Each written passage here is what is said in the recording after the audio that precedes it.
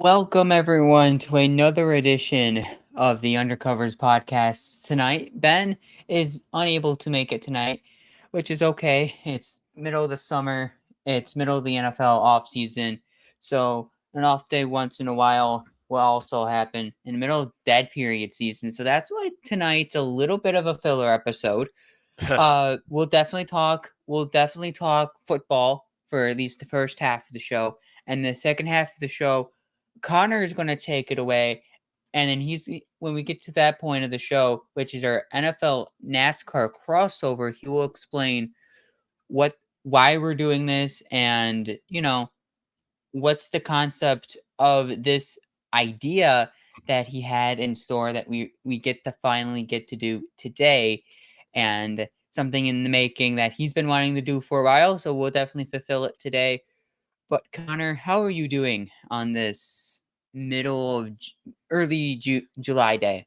Yeah, I've been looking forward to this episode for quite some time. As a matter of fact, Paul, it's a shame that Ben couldn't make it. It's a shame that Jenna's not here for this one either.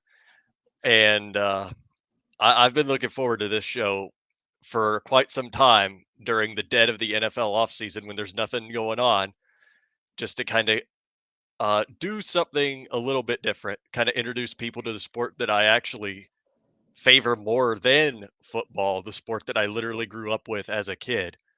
And there's a reason that I have basically two accounts to tweet about racing, so it doesn't annoy everybody that follows football and vice versa.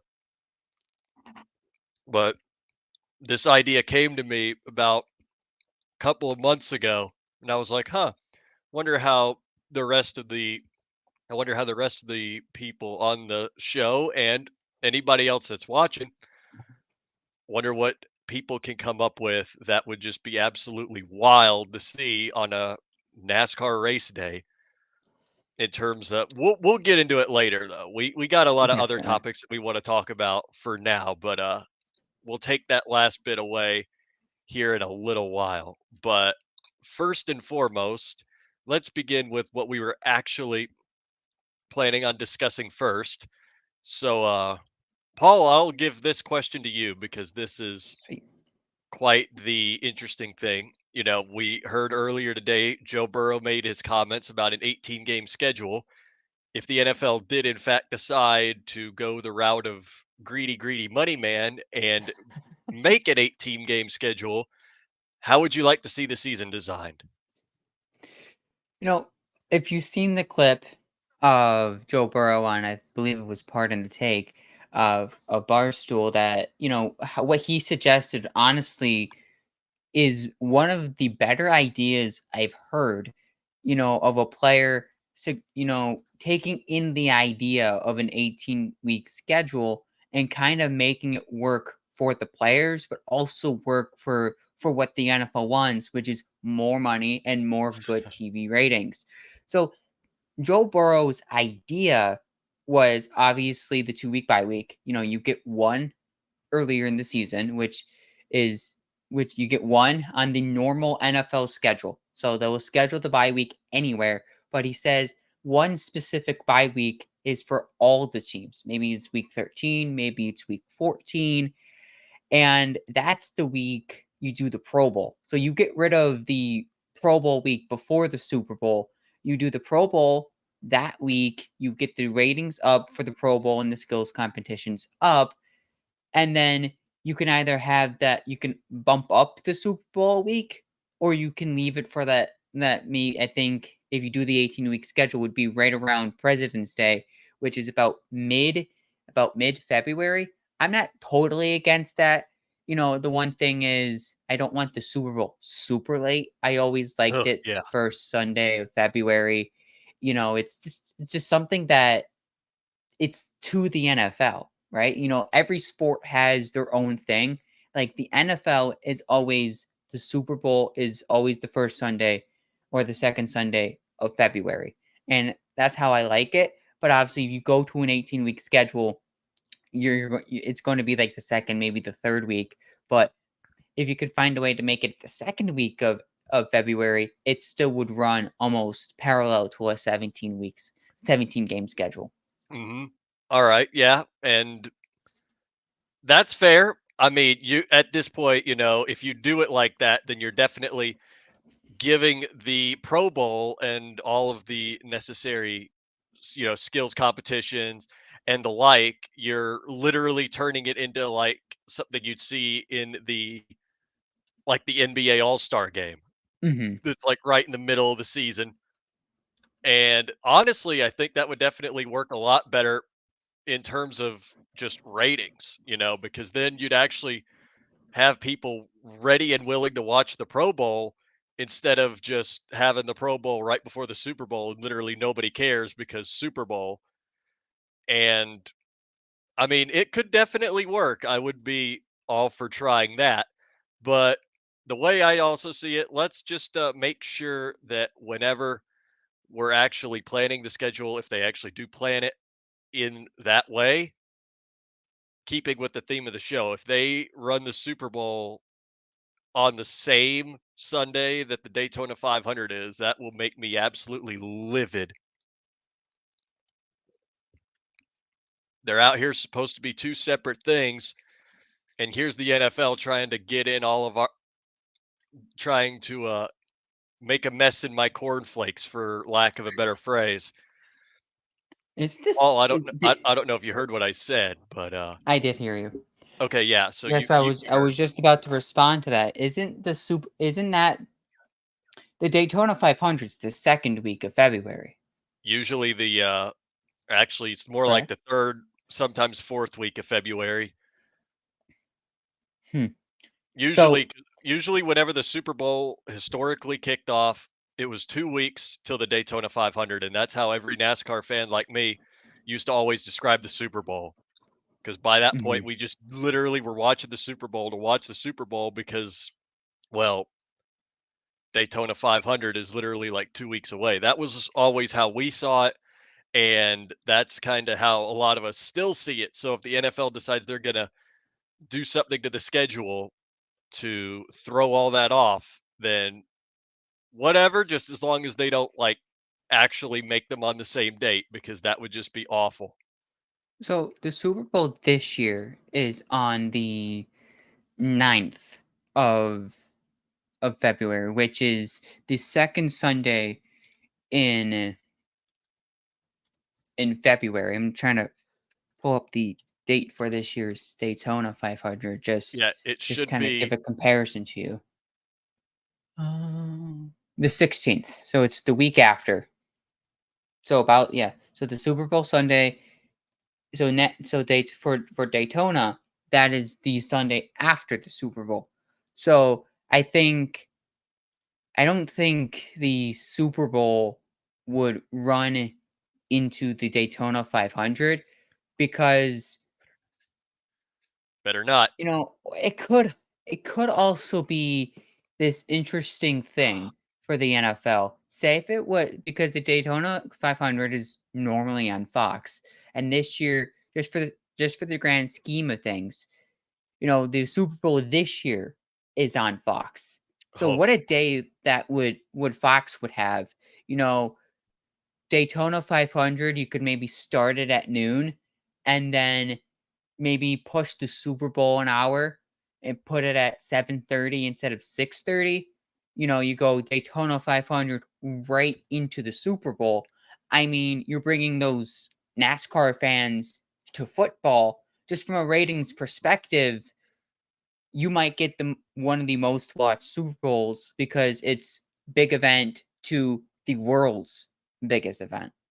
yeah, alright, I mean, point taken, but I feel like it would actually be more beneficial the other way around. Get the NFL fans, all to watch the Daytona 500 to get us more eyes on our sport's basic Super Bowl. Literally, the Super Bowl of NASCAR is its first race of the season.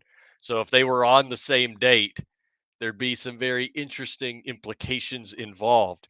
But I could talk about that for eons, and we have a lot more topics that we want to go over and discuss earlier or later on the show. So for right now, we're going to go ahead and move on to the next topic, and that would be which quarterback is just under the most pressure to succeed in the league, period. I don't know about period because there's a lot of quarterbacks in the league that I feel like are under pressure to get their team at least to the playoffs. And then there's Mhm. some like Brock Purdy, get your team to the Super Bowl because you were just there. Absolutely. Now get back. Prove that you're not a system quarterback and actually, be the catalyst to get the San Francisco 49ers back to the Super Bowl. But if you're just talking about general pressure, obviously there's Aaron Rodgers. He's got to figure a way to get this Jets team back to the playoffs. They hadn't been to the playoffs in a very long time. Mhm. And, he's only got probably just a few years left if we're looking at it from a realistic standpoint. So it's all about getting the best that you can out of Aaron Rodgers while you still have Aaron Rodgers as your quarterback and getting to the playoffs. Now, if there were any other quarterbacks, I could also think of Trevor Lawrence too, just Mhm. because of how last year went for the Jaguars and how honestly the year before went for the Jaguars. The year before last, the Jaguars surprised everybody by winning the AFC South and then won a playoff game before the Miami Dolphins did. How's about that for some giggles? But yeah, it's actually just kind of crazy if you think about it. They got all the way to the divisional round, sadly couldn't beat the Chiefs. And then just last year, they were looking like one of the best teams in the league at about midway through the season.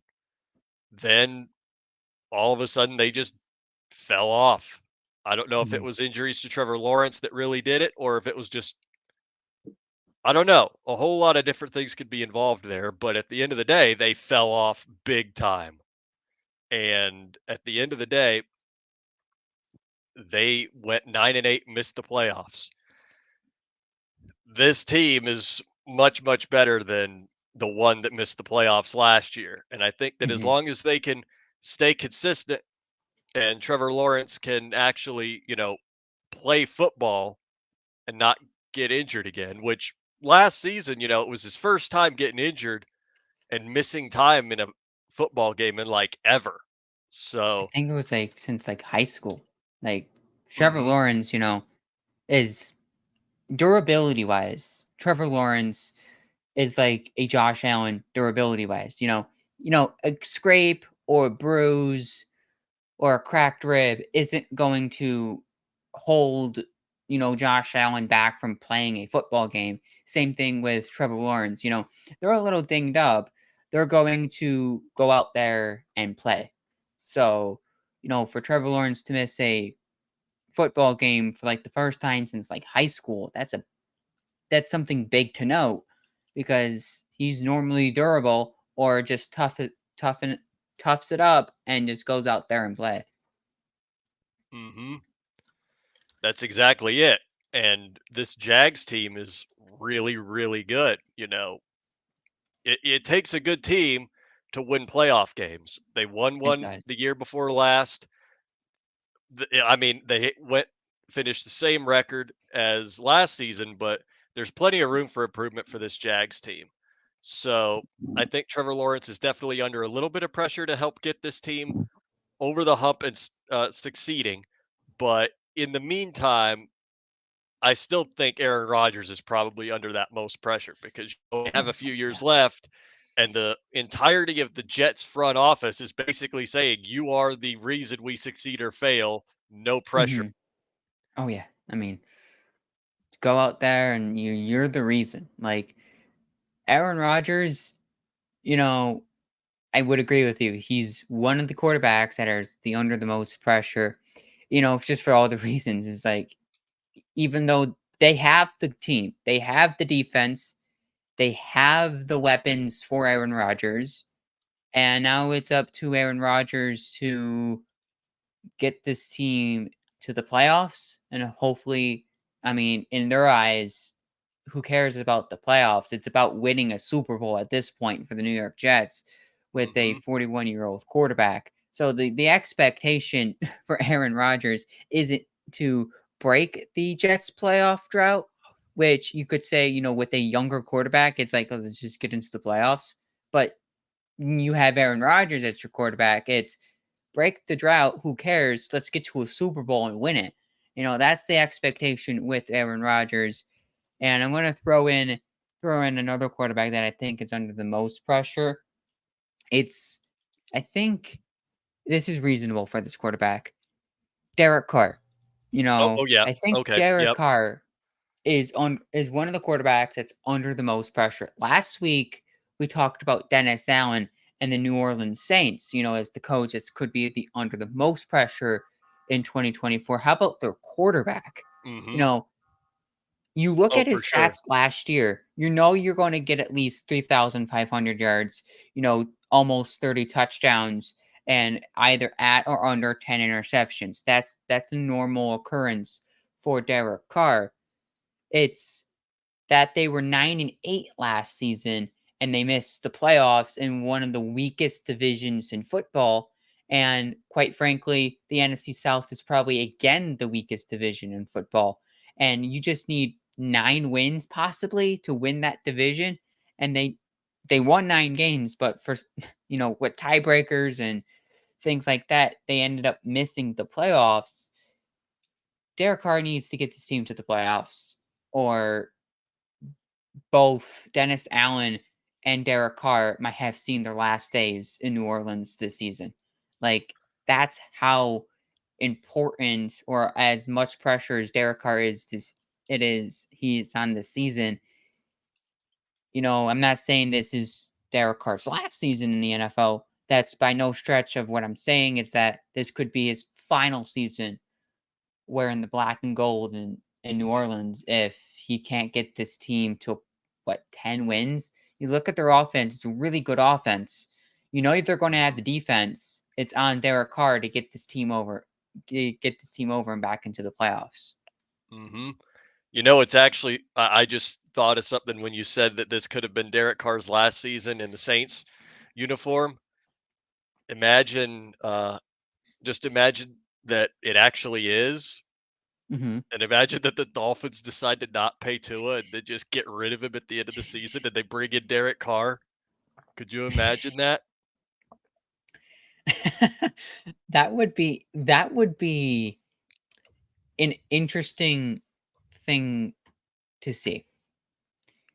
I mean, he's going to cost less than to pay Tua, and my stance on Tua with the Dolphins is that Dolphins don't 100% believe in Tua. So they're like, we're not going to give you money.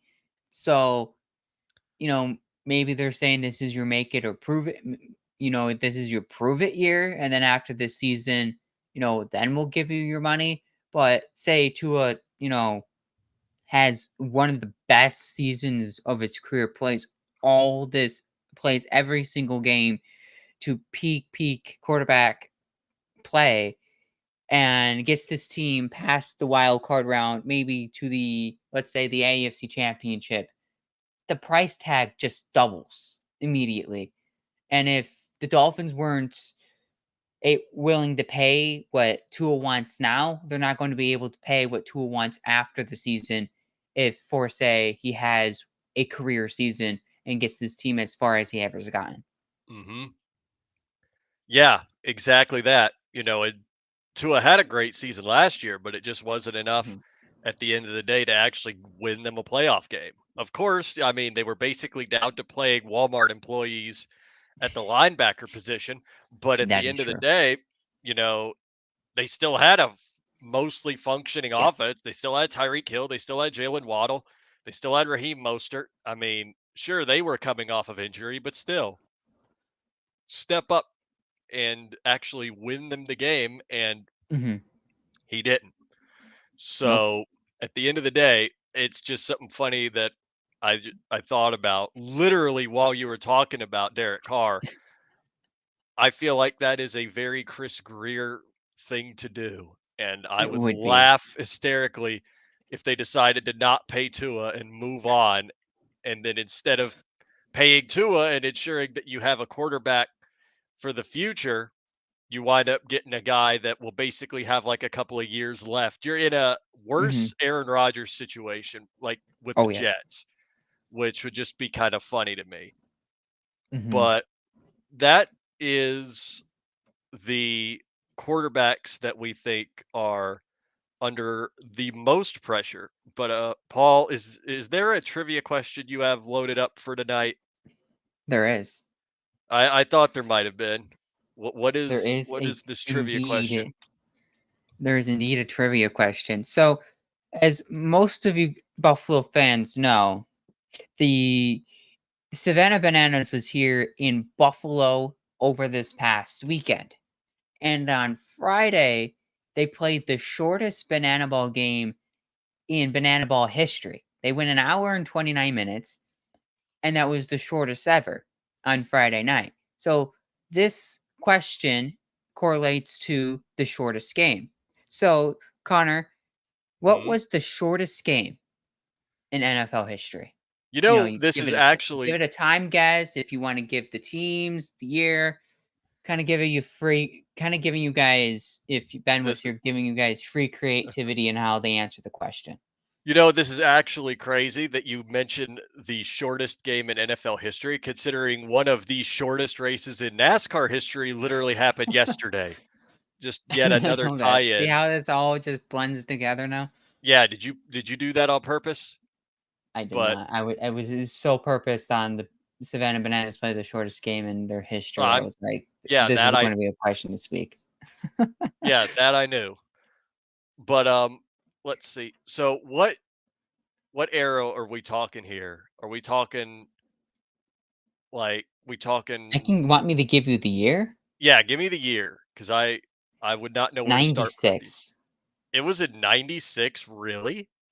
Yep, Wow. I thought it would be a lot later than that. Uh were the Dallas Cowboys playing in this game? they were not. I can Oh, give you the starting quarterback for one of the teams. yeah, give me a starting quarterback. John Harbaugh. My god. Football from the literal year. Yeah, oh man. Honestly, I don't even know. Like, You just want to I guess the can't even time? Yeah, let me guess the time. Was it like? Because 'cause I'm trying to think of what the average time for an NFL game is these days. It's like what? Just a little over 3 hours. Yeah. Is the time frame around 2 hours and 15 minutes? You're about 10 minutes off. 2 hours and The 5 minutes or 2 hours and 25 minutes? It was right around I'll give it to you. It was 2 hours and 29 minutes, the shortest NFL game. The one closest to recent history to 2024 is San Francisco and Washington in 2019. That one went 2 hours and 36 minutes, but the shortest game in the NFL history was San Diego against John Harbaugh's Indianapolis Colts in 1996, spanning 2 hours and 29 minutes. And an average NFL game is right around 3 hours and 9 minutes. So it's about a Good half hour lord. off. Why was this game so short? Did they just do nothing but run the ball all night Good or question. day? I mean, why was this game so short? It was I mean, the San Francisco Washington game was because it was one weather related and, running the football. And the shortest NFL game, let me see if I can pull up the score here, pull it back up. It was 26-19. Chargers won that game.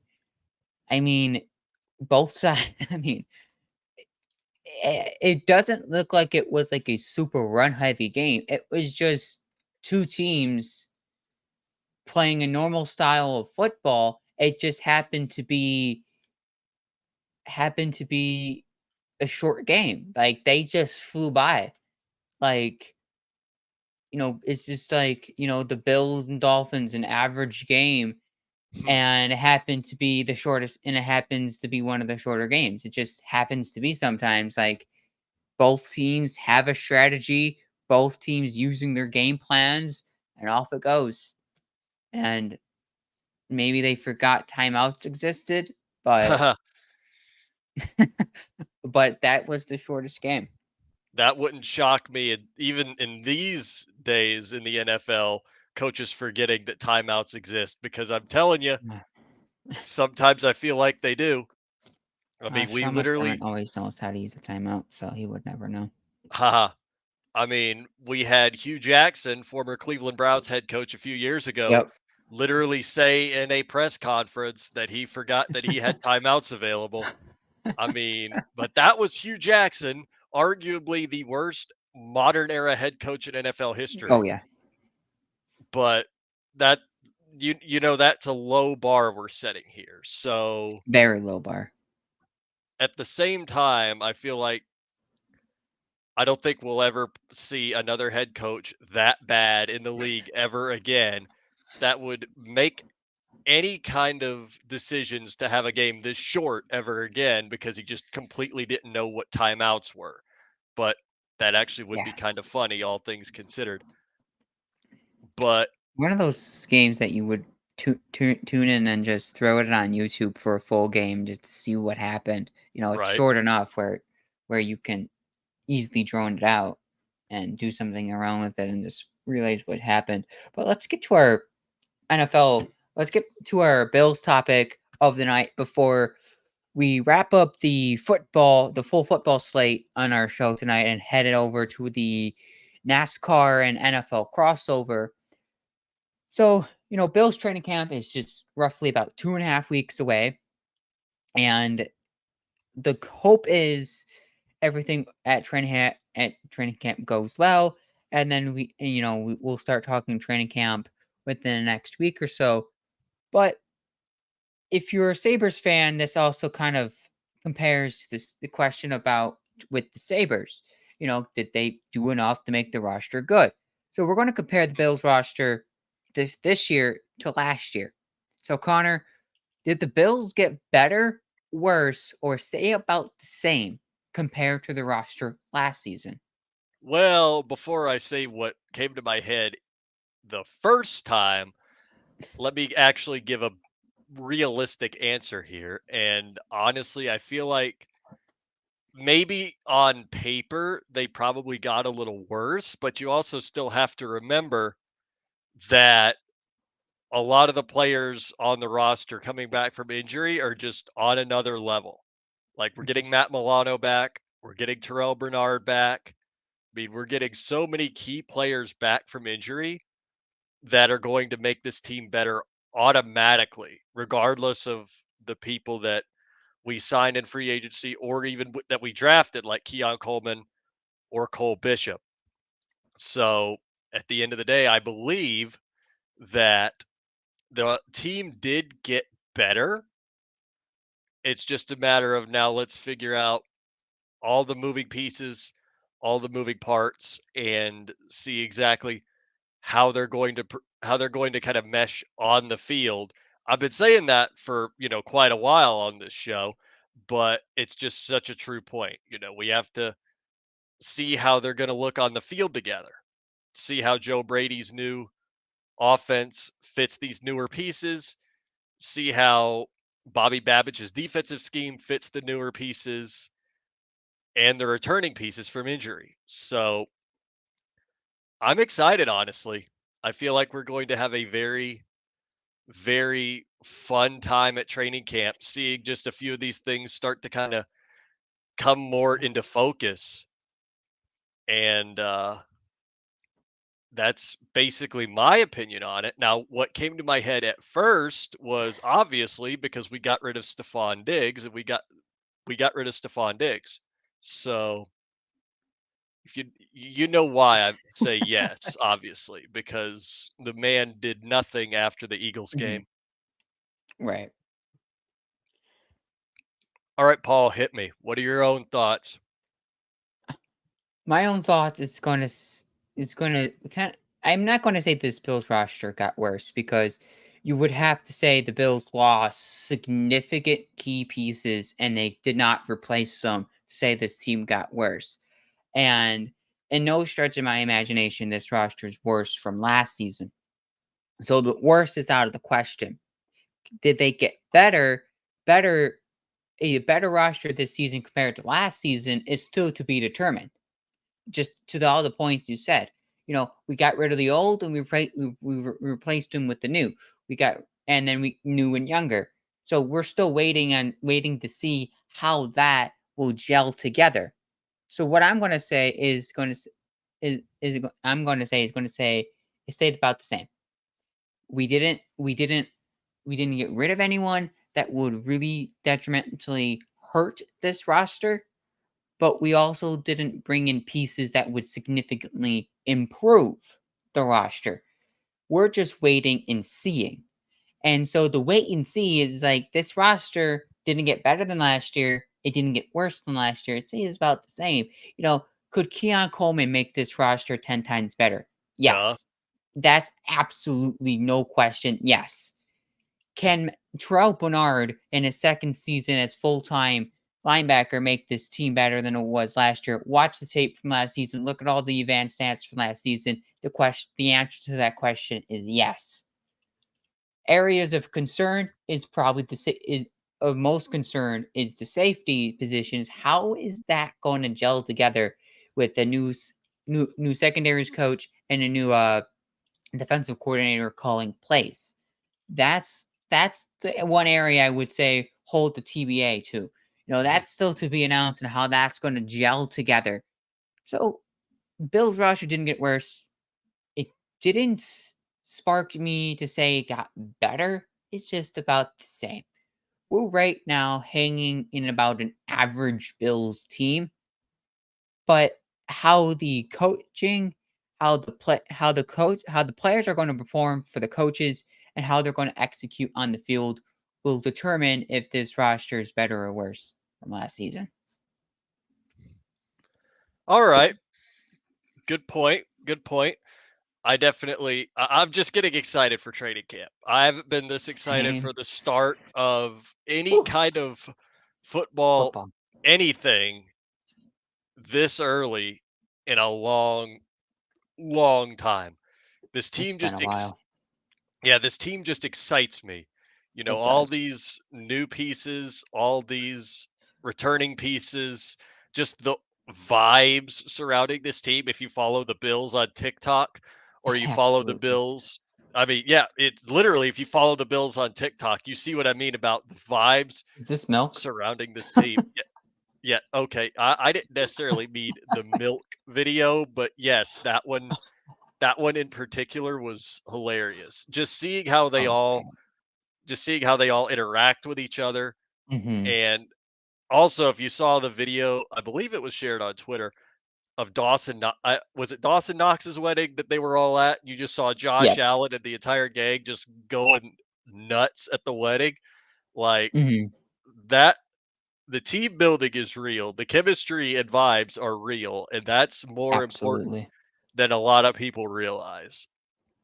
That in and of itself is going to make this Bills team so much better than just what's on paper.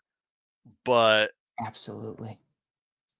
you know that I hope they keep doing the big dubs videos after every win at the end of a season. Like those bring me joy. I need to see all of them. I mean, if the Bills stop those big dubs videos, the outcry would be as big or bigger when the Bills decided they were going to stop the shout song. Hmm. Like the outcry of the big dubs videos would be about the same or maybe bigger. Because at that point, when the Bills were in legal rights with the shout song, like the outcry was big, but there was no social media at that point. Now, get rid of Big Dub's videos with social media. I mean, the outcry goes from maybe a few thousand to millions of people. Mhm. Oh, for real.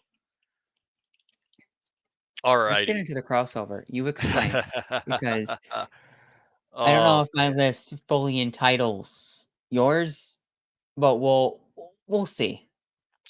oh, I'm man. You take the NASCAR side of it, I'll take the football side of I'm it and gonna see no, I'm how just our gonna lists look. I'm just gonna critique your list before I give my own list. But anyway, here's the rules, right? So, what we are going to do, and like I said at the beginning of the show, this is something that I had thought of a long time ago, a few months ago. And actually, it's very fitting that we're doing this episode now, considering NASCAR just completed the race on the Chicago street course, which always seems to bring in a chorus of new fans to the sport just for the area that it's in, being literally right in downtown Chicago on a constructed course. So, um, what the idea for this little segment is, what we're going to do is, Paul, you are going to, using only NFL players and two exceptions, obviously, one head coach and one general manager to serve as your crew chief and your car chief, are going to assemble a NASCAR pit crew that hypothetically would be changing the tires, putting on the gas, or putting in the gas, making the necessary adjustments to the car as the race goes on. And yeah, you'll even have to choose a driver too. So we're going to Okay. see, using only NFL players, and the only rule in particular is that you cannot have more than one player on the same team. So you can't have two Bills players, and you can't make and on top of that, you can't make the entire pit crew Bills players. And you can't say Sean McDermott's the crew chief as well. So anyway, let's actually go ahead and I'm gonna, you know what? I have a new idea. All right. So I'm gonna go down the list of how the modern NASCAR pit crew or modern NASCAR team looks. And I'm gonna have you give me whoever you've chosen for the certain position or role. All right. Okay. So obviously no NASCAR team is complete without the driver, because it's the driver that has to actually get behind the wheel and go out there and battle 37 or 36 other drivers, Mhm. all in pursuit of the grand prize, which is the checkered flag at the end of the race. The driver should be a fairly quick thinking individual, a fairly intelligent individual, and one that is notably calm when the pressure gets ratcheted up to 11 and doesn't loses you know what on just some random drive on some other drivers for no reason. I mean, NASCAR's popularity was built off of a literal fight, but that's not the point. The point is that the driver should still be calm behind the wheel. To that end, which NFL player did you pick as your personal driver for this hypothetical team? For this hypothetical team, you know, I went Lamar Jackson, but I Mm, don't think he fully, like, if you go, based off your description, I don't think he fully entitles that role, but I think he's a quick-minded individual. I mean, he can make moves on a swivel, pitch it to somebody, the pocket is collapsing, he's gonna use his quick legs, and he's just gonna dash. So, I think that what entitles Lamar Jackson to be a good driver. I think, is he clutch? Yeah, but he hasn't really gotten his team to the where he needs to be, like in the playoffs or mhm. something like that. But I still think his quick-minded and his speed and his athletic ability makes a good driver for NASCAR. I mean, depending on what track we're talking about, I could see Lamar Jackson actually being a A short solid track NASCAR seems like driver. a good thing for, like, a good short track. Maybe like, I know Bristol is a short track, so I know something. Like, I think Bristol would be good for a guy Bristol. like Lamar Jackson. All right, that'd be interesting. Give him some good equipment, see what he can do. Well, that's an interesting choice. I mean, you're in the right ballpark. You should definitely be using a quarterback as the driver because NASCAR drivers have to have reaction time about as good as the modern Mhm. NFL quarterback when it comes to decision making and just avoiding incidents on the track and incidents on pit road like we saw yesterday at Chicago.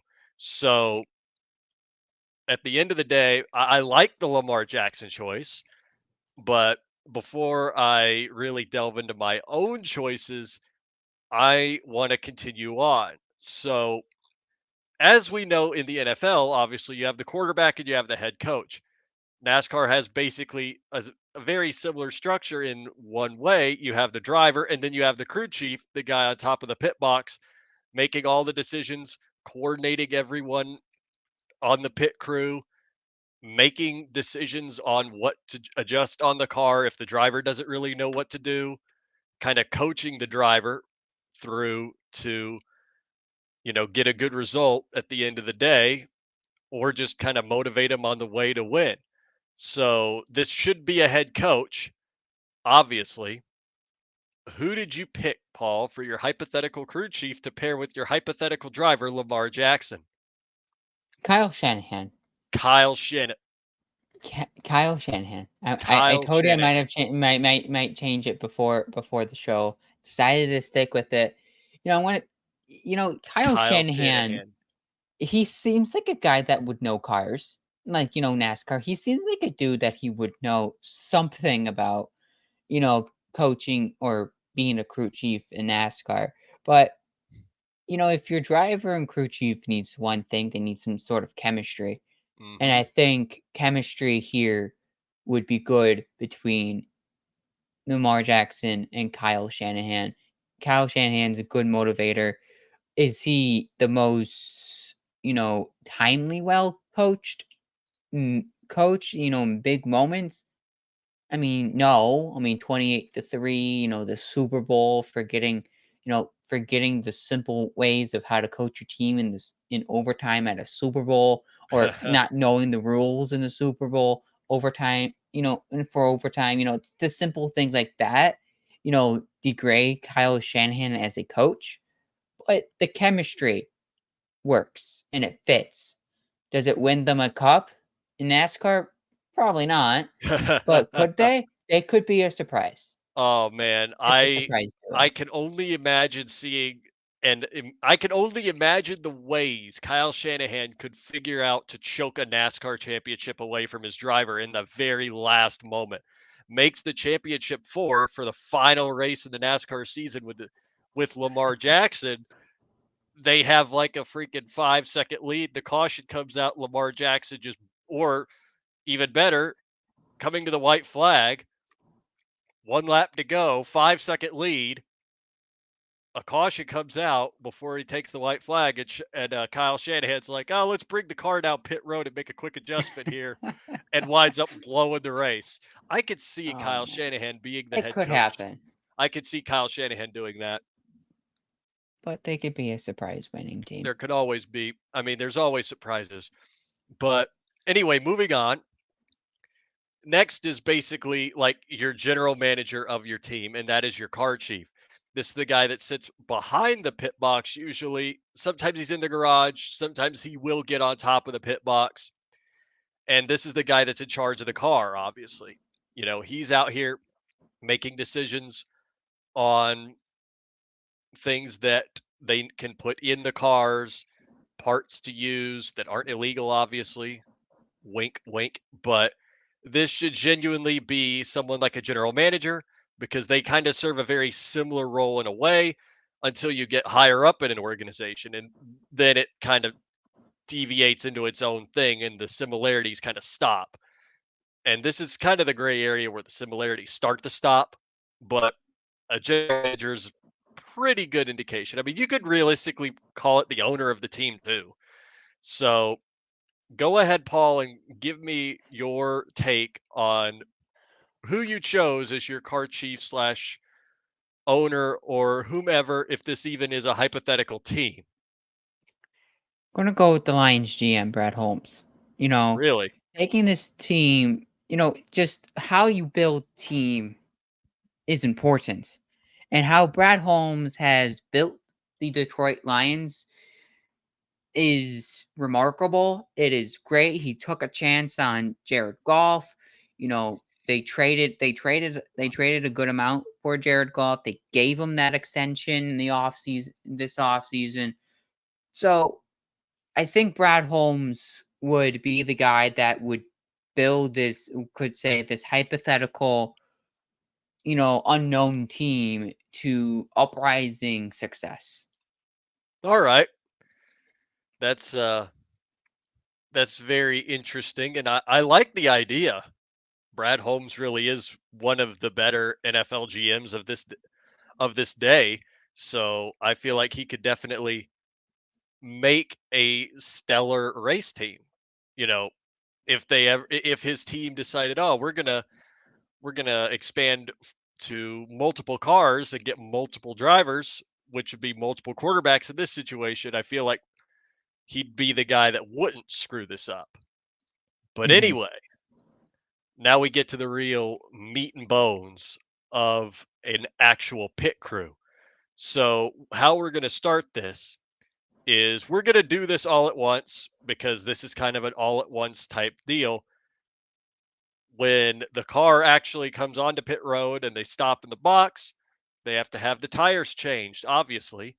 And doubly obviously, they got to have a guy out there changing the tire and they got to have a guy out there carrying the tire. So, we're going to do this all at Mhm. once.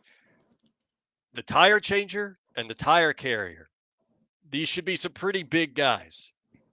The ones that actually do the changing of the tires in NASCAR are actually some pretty big guys. Some of them actually have former college football experience, mind you. So, Okay. not I didn't give you any of that context. I'm just giving everybody watching the context if they wanted to do this on their own. But who are your two tire changers and your two tire carriers? I know I told you to Oh, list four, but that's because you got to have some backup somewhere, in case in case somebody gets injured. alright, so I don't think my tire changer fully, describes your This subscription. I think it goes this was totally this was against the it, point. This was the point. but it's alright. But I still think, these ones would work because based off, you know, reading some things before the show on the tire changer, they have to be pretty quick at Hmm. their job. So, I think the 2 that I'm gonna go with, you know, is Tank Dell and Khalil Herbert. I think both of them are super quick. Both of them, you look at their 40 times, both great 40 times, and they're both super athletic. If you watch Tank Dell for the most part of last season, before he got hurt, he was this, interchangeable guy. He can go deep, he can go over the middle, he can go outside. He could just do everything for the Houston Texans. Reason why he could be a really good player this season, really good player and an important piece for the Houston Texans this season. He's quick. You need quick guys that can move the hand and get the screws or the lug nuts out of the tire and take it, throw it away, and put a new tire in. And same thing with Khalil Herbert. Khalil Herbert is a little bit bigger than Tank Dell, and I think that's what kind of fits the tire changer category. Is you just be a little bit bigger, but he needs to be quick, and so he's 5'9", 212, but I think he could still get the job done.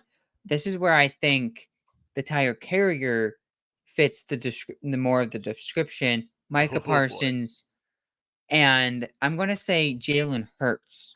you're gonna Both put of a these guys. quarterback as your tire changer.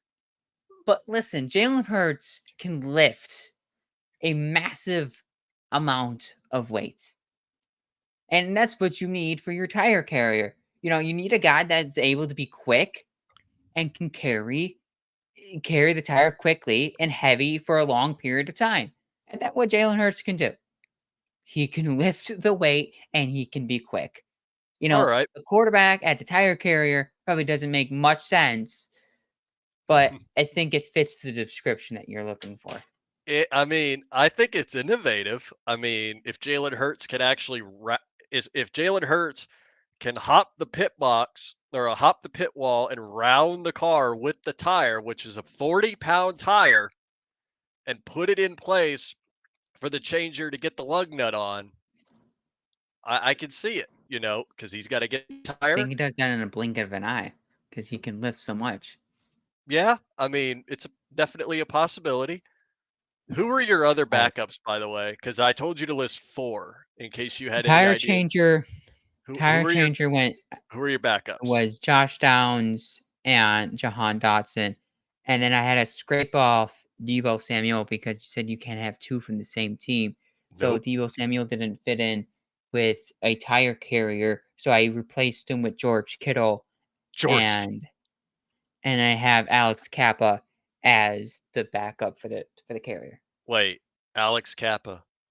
The offensive lineman for the Cincinnati Oh Bengals. yeah, right, right, right. I don't know why I was thinking he was on a different team, but okay. You know what? Yeah, offensive line. That's good enough. All right. Okay. Moving on. So now you've got the tire changers, you've got the tire carriers. This is probably one of the more important roles on the pit crew, and that is the guy carrying the gigantic 80-pound jack that has to sprint around the car to jack up the left side or the right side. Then, when the tires are on, he has to undo the jack, run all the way around the other side of the car, jack the other side up. And then, right when that jack drops on the left side, that means that signals the driver to go. So, this has got to be a guy that can haul the 80-pound jack as fast as possible around both sides of the car on a regular four-tire pit stop. Who is your jack man? My jack man is going Jones of the Who? Buffalo Bills. He's Daquan Jones. Oh, Daquan, nice, nice. I was wondering when the first Bills I player was gonna fall off the board, and you made it Daquan Jones. All right, you know what? I I love made it. it Daquan Jones. He's massive, he's big, he's able to shift through the offensive line super smoothly. He is a guy that will he would be a good quick guy that can get, everything off the vehicle that he can do that he needs to get done for the car. So, Mhm. just for time wise, I'm going to list off the gas man and the utility All man, right, and yeah, then you can get to your team in just a moment. Gas man, I'm going to go Cam Hayward. Big dude. yeah. That He's gas able to can is pretty hold big. he can hold that, that amount of fuel on his like shoulder, and he's able to still hold it up and then quick release and off goes the car. And for the utility man, this where it breaks the rule, but I couldn't find another guy right before the show. It's going to be DJ Moore. I think DJ Moore can do everything. I mean, And it's even though literally Paul. It's literally just the guy that stands on the opposite side of the pit wall to rip the windshield tear off the car, to sometimes jump the wall and give the driver a refill in the drink cup in their right next to them, or make just necessary adjustments to the driver's level of comfort in the car. So that's, I mean, you could practically plug and play any NFL player. You could practically put in Matt Hawk in this role. You could put a punter or a kicker in this role and they do great. So that's all I'm saying. But anyway, let's I get to feel your team. like I feel like I feel like giving my team would uh give the anybody else that wants to do it. Like I'm especially thinking of Ben. I know he's not here right now, and I'd love for him to do this too. I don't want him to necessarily have a full blueprint, which is why I'm kind of hesitant to give too much of my team away, because I want to kind of see how he comes up with it on his own. Because if I give the blueprint away, then you pretty much have an idea on how to structure it. You pretty much have the same group of position players at the same, roles on a pit crew. And I don't want to Mhm. do that. I want to encourage versatility here. Like, you put Jalen Hurts as a tire changer. I mean, I want to see more of that. So I don't want to necessarily give my own pit crew with NFL players and dictate, kind of how things should look. So I'll give a few of my I'll give a few How about you give positions. your, if I'm you don't gonna want to give too much away, do your driver, your Yeah, crew that's what I'm chief, gonna do. I'm and your gonna do car chief. At Oh, least, yeah, at for least real, get the your team basics. started for us. Oh, yeah, for sure, for sure. So, my crew chief is Sean McVay. Straight up, this is probably the Excellent. most intelligent, most outside the box thinker, and Absolutely. unlike Mike McDaniel, he's actually able to pep talk a team. So, Sean McVay 100%. In terms of car chief slash owner, that one would probably I had a few thoughts, but I think that one's honestly Brett Veach of the Kansas City Chiefs. Yeah, I'm gonna Yeah. go ahead and use the spot for the Kansas City Chiefs on Brett Veach, but I don't really care. Brett Veach is just that good at being a GM, and he'd be really good in assembling a race team if you gave him the opportunity. I mean, Joe Gibbs is a freaking phenomenal has built a phenomenal race team, and look at where he came from, former head coach of Washington. Yep. So it can happen. And for the driver, there were a few ideas. I didn't want to use my Bills player and say Josh Allen, even though that was definitely an option. I Uh, mean, that would be the easiest option because it would, he's actually into yeah, like motorsports and yeah, racing. He's an F1 guy, but he's into the still wrong sport. motorsports. It is, and I love motorsports, but wrong one. Anyway, I had a few ideas, but I wound up sticking with Tua Tagovailoa as the driver because I feel like Tua's got that ability to kind of think quickly, because you see how he plays. The minute he snaps the ball, he Hmm. already knows right where it's going and he's able to hit the target First react. very accurately. He makes decisions very quickly, and that's something that would be very beneficial at a multitude of tracks, especially on them chaotic restarts, especially like we saw yesterday. Oh, good Lord, what a mess. But anyway, that's just kind of the base. So Hmm. yeah, and I could have honestly gone a million different ways with the Dolphins player on the actual pit crew, but Tua makes too much sense as a driver. There were others I thought of. Joe Burrow could have Hmm. been a good choice Hmm. here.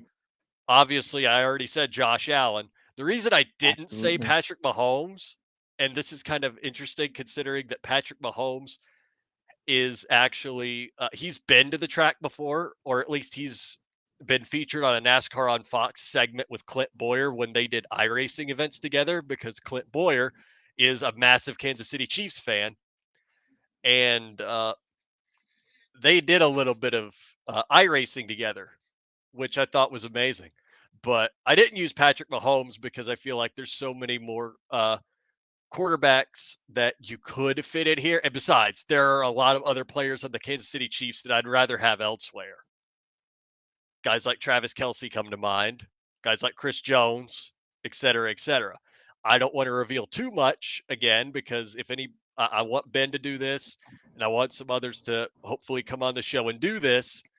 So I don't want to reveal the whole blueprint right away, but I'll get everybody kind of started with the baseline idea, which is driver should realistically be a quarterback, crew chief should realistically be a head coach, and your car chief, you could go all the way up to owner, should realistically be a general manager.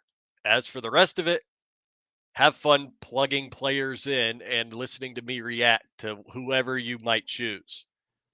The Jalen You're Hurts a one former still has me Dolphins fan, rolling. and you needed the satisfaction of having a Dolphins guy lead your team. It's not even I think it's that is the behind story of Tua in my oh, brain. it's not. It's literally bleh. It's the accuracy and the quick decision making because drivers need to be able to have quick decision making skills behind the wheel. And they need to be Mhm. able to figure out, and they need to be intelligent enough to figure out what adjustments they need on shorter runs or longer runs, depending on how the race goes. So I feel like Tua would fit that role a lot better than a lot of other quarterbacks that theoretically could get behind the wheel of a stock car. But anyway, that I loved hearing your team, Paul. That was enlightening. I feel like Think was a unique team. Very as long as unstructured from your structure, but I think it works. I think yeah, as after you a few races, we'll gel together. You know, You just probably get embarrassed at the first race, you can't. probably embarrassed in the second race, better in the third, A some hilarious bit. average performances in between, and it comes Mhm. together and you win it at the end. The hilarious bit would be if you didn't have it together for the Daytona 500, you'd look like the cloud. You'd look like a cloud show in the biggest race of the NASCAR season. So I'm just warning you ahead of time. You might want to have The Brett spring home. one, this by the spring Daytona, they'll Yeah, when we'll it's have a better yeah, the team will be better. yeah, You know, by late August when it's do or die time to make NASCAR's playoffs. there you So go. We'll be in the hunt. I would hope Lamar Jackson has already figured a way to win a race by then. Yeah, in the hunt. You know, we're going to be that team that's lurking and just waiting for the next spark plug to give momentum and the driver's momentum. And you swoop into the playoffs, steal a playoff spot, All you gotta do is win one and race in the regular season there to you make the go. playoffs. Just win one race. You We might need be to win seated one awfully race, and I low. think that's doable. That's Yeah, that doable. it. All right. Well, if you think it's doable, then we'll roll with it. But we'll have Think to I see don't if we have can. faith in my team. I mean, I think your team's going to take some time to gel. I think Jalen Hurts is going to be a little bit of a weak link as a tire changer because he can't be tush pushed over the pit wall. But So, does this team win a race in your eyes? it depends. NASCAR is a sport of chaos. Uh, it all comes down to hypothetically, say a caution comes out in a race with maybe 10 laps to go. You're going to have maybe 3 to go at the start of the race or 3 to go on the restart to go win the race. If your pit crew can gain Lamar Jackson the lead on the pit stops, if he's already in position for a good finish, maybe he wins. It just depends. I mean, NASCAR, like I said, is a sport of pure chaos. Anybody, Definitely. most drivers on there's some tracks where literally any driver can win at any time, and that's tracks like Mhm. Daytona, Talladega, the works. But anyway, I believe that will conclude the show for tonight. Thank you all for watching this absolutely fun episode of the Undercovers podcast. And definitely, if you anybody watching decides to fill one of these out using the format I've listed, driver, crew chief, car chief slash owner, two tire changers, two tire carriers, jack man, gas man, and utility man. Post them, tag Undercovers podcast, tag me, and maybe on an episode of Connor's Takes, if we see enough, I will actually read some of them off during the actual show to see, just so you guys can hear my own thoughts. And then if enough people decide they want to roll with this and do it, I'll wind up giving mine at the very end when everybody has put them in. But thank you guys all for watching yet again. Be sure to follow us on Twitter, where we constantly post out our stuff. Be sure to stay tuned for the stuff that we do post on Twitter. Make sure to like and subscribe on YouTube.